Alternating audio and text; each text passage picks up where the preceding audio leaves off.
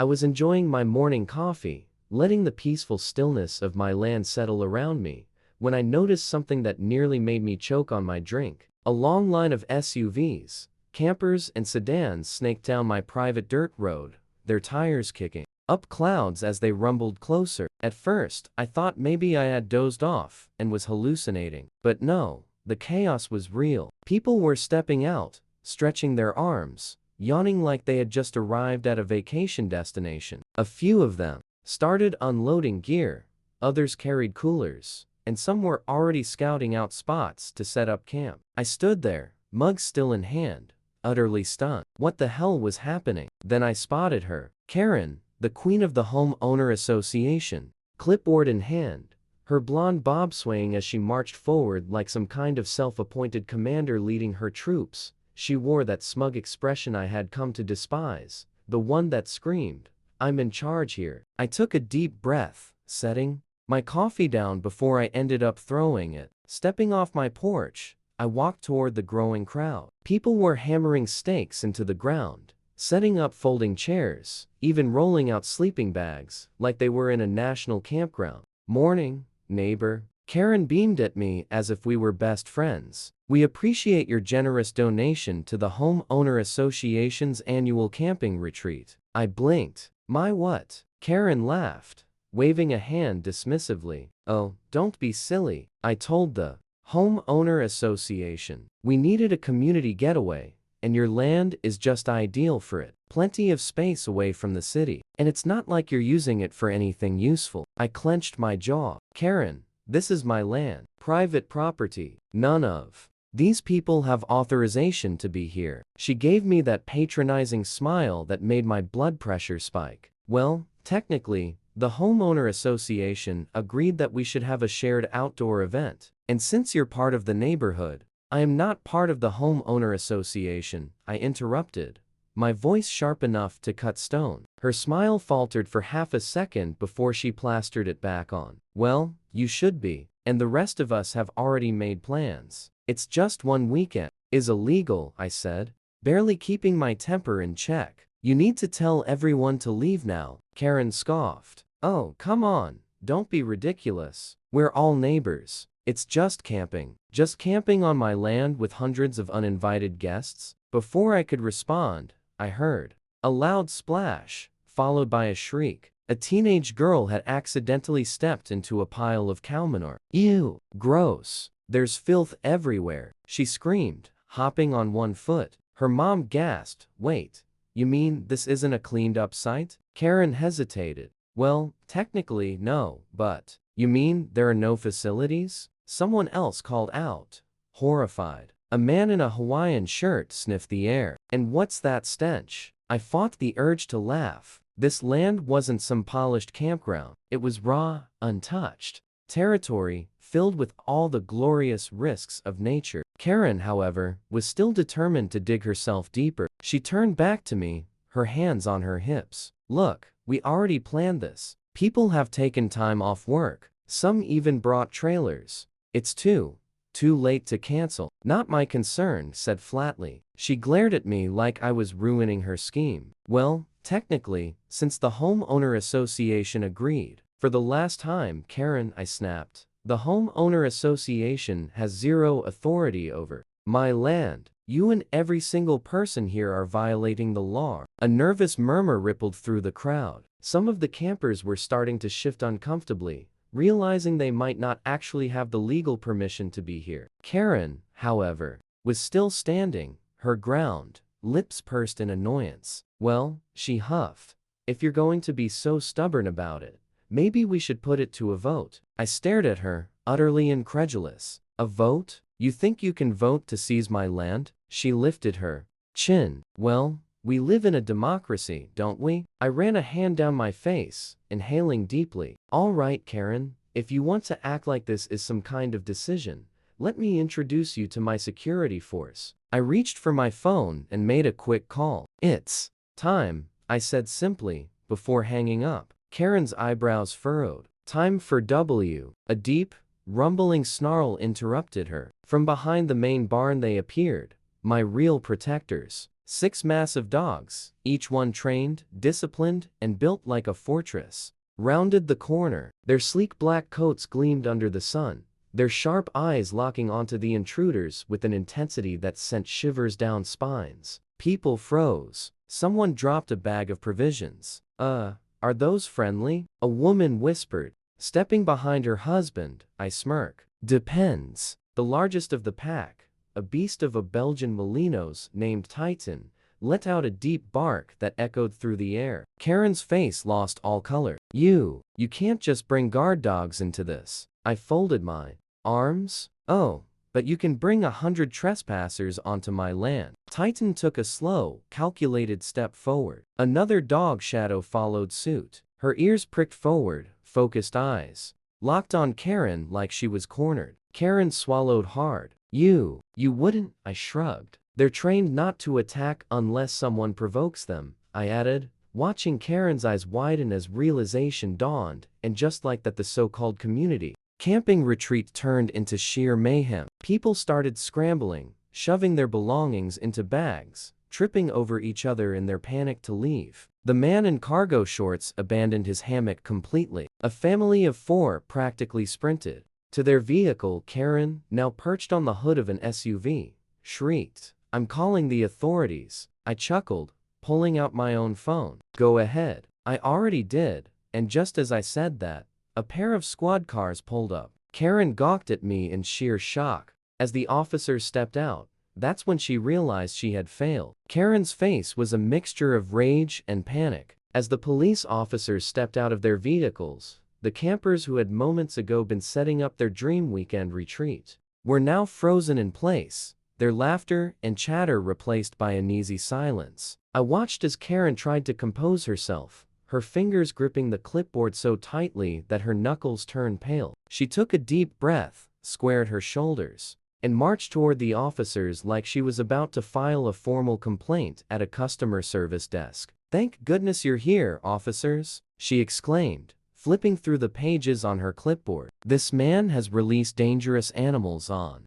innocent families. We were just trying to enjoy a peaceful community gathering, and he's threatening us." She pointed a manicured finger at me, her voice trembling with fake fear. "This is criminal behavior. He needs to be arrested immediately." One of the officers, a tall guy with a mustache that looked like it had seen more action than most were veterans, gave her a long, uninterested look. He then turned to me. "Sir, you called about trespassers?" I nodded. "Yes. This is my land. I never gave anyone authorization to be here, and now got 100 people treating my property like a public park. And as for the dogs," I added, glancing at Karen, "they're just making sure no one tries anything reckless." The other officer, a woman with sharp eyes and a clipboard of her own, looked at Karen. "Ma'am, do you have written approval to be here?" Karen blinked, thrown off by the question. "Well, I mean, we, the homeowner association, agreed that this space would be perfect for our outing. It's just for the weekend." The officer's expression didn't change. "That's not what I asked. Do you have written authorization from the owner?" Karen's mouth opened and closed like a fish. She looked around, clearly hoping someone would back her up. But most of the campers were now focused on packing up their stuff, too nervous to get involved. The officer sighed and turned to me. "Do you have proof this is your property?" I didn't answer right away. Instead, I walked over to my truck, reached into the glove compartment, and pulled out a neatly organized binder. I handed it to the officer, who flipped through it with practiced efficiency. "Land registered in your name," she muttered. "No homeowner association involvement. No shared community spaces." She snapped it shut and looked at Karen. "Ma'am, you and everyone else here are trespassing." Karen sputtered. That can't be right. He's part of the area. That means the homeowner association has control." The officer raised an eyebrow. "That's not how property laws work. The homeowner association only governs members who have agreed to their terms. This man is not a member, and this land is not home owner association territory. You have no power here." Karen's face twisted into something resembling a furious cartoon villain. "But we planned this for months," she wailed, stomping her foot like a child throwing a fit. People took time off work. We printed itineraries and everything. The officer's patience was visibly fading. "Ma'am, that's not his problem. You can't just take over someone's land because it's available." Before Karen could argue further, a loud, guttural snarl cut through the tension. Titan had stepped forward, his massive frame casting a shadow over the ground. His ears were perked, his dark eyes locked on Karen with an expression that almost seemed to say, "I dare you to keep talking." Karen let out a strangled noise and scrambled back, nearly tripping over her own heels. "Why? You need to get rid of those animals," she screeched. I smirked. "They're on my land. Unlike you, they have authorization to be here." The officer seemed to fight back a chuckle, but quickly regained his serious demeanor. "All right, folks," he announced, addressing the crowd. "You've got 10 minutes to pack up and leave. If you're still here after that, we'll start issuing citations for violations." A ripple of fear spread through the campers. People started grabbing their belongings in a rush, stuffing tents into bags, dragging coolers back to their cars. A few grumbled about how they didn't even get to roast snacks, but no one dared argue with the police. Karen, however, wasn't ready to give up. She rounded on me, her face red with rage. "This isn't over. You're ruining a gathering. You're making yourself the outcast of your own neighborhood." I shrugged. "I don't care about the community, Karen. I care about my land. And next time, if you or anyone else tries this again, my dogs won't just be waiting." Her face paled. You wouldn't risk it?" I stepped closer, lowering my voice just enough so that only she could hear. "Try me." She opened her mouth, then closed it, her jaw clenching as she realized she had lost. With one final glare, she stomped off toward her car, slamming the door so hard that the whole vehicle shook. I watched as the last few stragglers loaded up their stuff, throwing cautious glances at the dogs still standing in formation. Titan let out one final bark, as if giving them a warning. That was enough to send the remaining campers rushing. The officers waited until the last vehicle had driven off before turning back to me. The mustached one tipped his hat. "Looks like you handled that pretty smoothly." I gave him a half smile. "Thanks for backing me up." The female officer glanced at the dogs, then back at me. "Got to say, that's an impressive security system." I chuckled. "They're better than any device." She nodded. "Well, let us know if they try this again." "Something tells me that woman isn't going to let it go." I sighed, already expecting another Karen-sized headache. In the future, I'll be prepared. The officers got back into their vehicles and drove off, leaving me alone with my land once again. I took a deep breath, finally letting my shoulders loosen. The quiet had returned, and with it a deep sense of relief. I turned to my dogs, who were now sitting attentively, their eyes still scanning the area. "Good job, guys." Titan wagged his tail and Shadow gave me a quick nuzzle before trotting off to patrol the property again. I picked up my coffee, now cold, but I didn't care. I had won. My land was mine again. And Karen, well, she had just learned a very important lesson about messing with the wrong neighbor. As I watched the last of the campers drive away, leaving behind nothing but a few trampled patches of grass and some forgotten pieces of garbage, I took a deep breath. The silence was finally restored. My land, my sanctuary, was mine again. Titan and the rest of the pack slowly settled, their ears no longer perked up in alert. Shadow gave a low, satisfied huff before flopping down on the porch, stretching her legs out comfortably. It was over. At least that's what I thought. Just as I turned inside, I heard the unmistakable screeching of tires on gravel. My jaw clenched. I didn't even have to look to know who it was. Karen's SUV came to an aggressive halt at the edge of my driveway, and she practically threw the door open as she stepped out, furious. Her hands were shaking, not with nerves, but with rage. The moment our eyes met, she jabbed a finger in my direction. "This isn't over," she snapped, marching toward me as if she could intimidate me into submitting. "You think you can just humiliate me like that? You think you can just throw me off of my community's property?" I didn't move. I simply stared at her, my face unreadable. She was waiting for a reaction, but I wasn't going to give her the satisfaction. "This isn't your community's land, Karen," I said, my voice calm but unshaken. This is my property. You and your little homeowner association fantasy have no jurisdiction here. Her lip curled in frustration. You don't belong here. You live among us, but you refuse to participate. You refuse to follow the rules that keep this neighborhood together. I let out a dry laugh. Your rules? The ones I never agreed to. You don't get to decide what I do with my land, Karen. She stomped her foot like a child. You embarrassed me in front of everyone. They think I have no authority now. Do you realize what you've done? I smirked. Yeah. I reminded them that you're not as powerful as you think you are. Her face turned a deep shade of red. For a second, I thought she was about to explode again,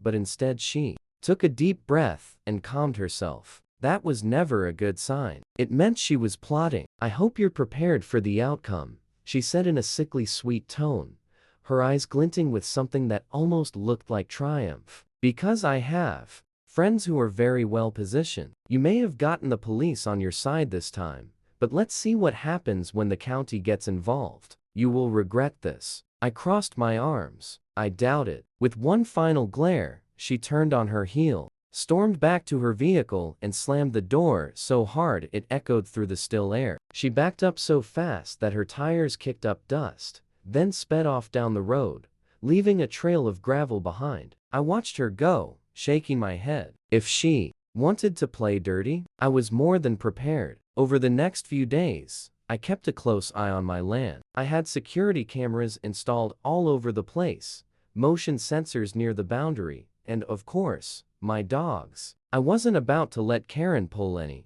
tricks. Sure enough, it didn't take long before I found out what she was up to. A notice arrived in my mailbox, stamped with the official county seal. I opened it, scanning the words slowly. A complaint had been filed against me, alleging that my land was being used in a way that violated community standards. There was talk of environmental concerns and public safety hazards. In short, Karen had actually gone through with her ridiculous threat. I let out a laugh. Did she really think this was going to frighten me? I made a few calls, got my paperwork in order, and set up a meeting at the county office. When I arrived, dressed in my usual jeans and a worn-out flannel, I could see Karen sitting in the waiting area dressed like she was about to meet with the governor. She smirked when she saw me, as if she had already won. I took a seat, stretching my legs out, completely relaxed. If she thought she had me cornered, she was about to be very disappointed. A clerk called us in and we were led into a small office where a middle-aged county official sat behind a stacked desk. He adjusted his glasses and glanced at the report. All right, he said, looking between the two of us. We have a report here claiming that your land has been improperly used as an illegal event space, that you have hazardous materials on site, and that your animals pose a threat. Safety threat, is that correct? Karen immediately sat up straighter. Yes. He has aggressive dogs that nearly mauled innocent families, and his land is completely dangerous for the community. The official turned to me. Sir, do you have anything to say? In response, I pulled out my own folder and placed it on the desk. I have evidence that Karen and 100 other people invaded my property without permission. I also have security footage showing that my dogs never harmed anyone. They were controlled, trained, and simply doing their job of guarding my land. The official frowned as he flipped through the files. Karen's confident smirk was slowly disappearing. I also have the police report from the officers who responded that day. I continued. It confirms that Karen organized an unauthorized gathering on my property and that she had no legal right to be there. Karen's mouth opened, but nothing came out. The official sighed, rubbing his forehead. Ma'am, you do realize that this complaint holds no legal validity, right? This land is privately owned, and the homeowner association has no control over it. There is no violation here. Karen's face twisted with rage. But she turned to me, her eyes burning with bitterness. You can't just get away with this. I smiled. Looks like I already can. The official gave her a pointed look. Ma'am, I strongly suggest you refrain from filing any further false complaints. Otherwise, you might be the one facing legal charges. Karen's entire body went stiff. Her lips pressed into a thin line, her hands gripping the arms of her chair. She looked at me, pure hatred in her eyes. But she knew she had lost again. Without another word, she stood up and stormed out of the building. I watched her go, shaking my head. Some people just don't know when to stop. As I stepped out into the fresh air, I took a deep breath. It was over. This time for good. Karen had tried everything: manipulation, lies, even legal intimidation. And she had failed at every attempt. That night, as I sat on my porch watching the sunset, Titan rested his head on my lap, his tail wagging lazily against the wooden planks. Shadow and the rest of the pack were sprawled out around me, completely at ease. I sipped my drink, enjoying the stillness, knowing that no matter what Karen tried next, she would always be met with the same truth. This land was mine, and no amount of homeowner association nonsense was ever going to change that.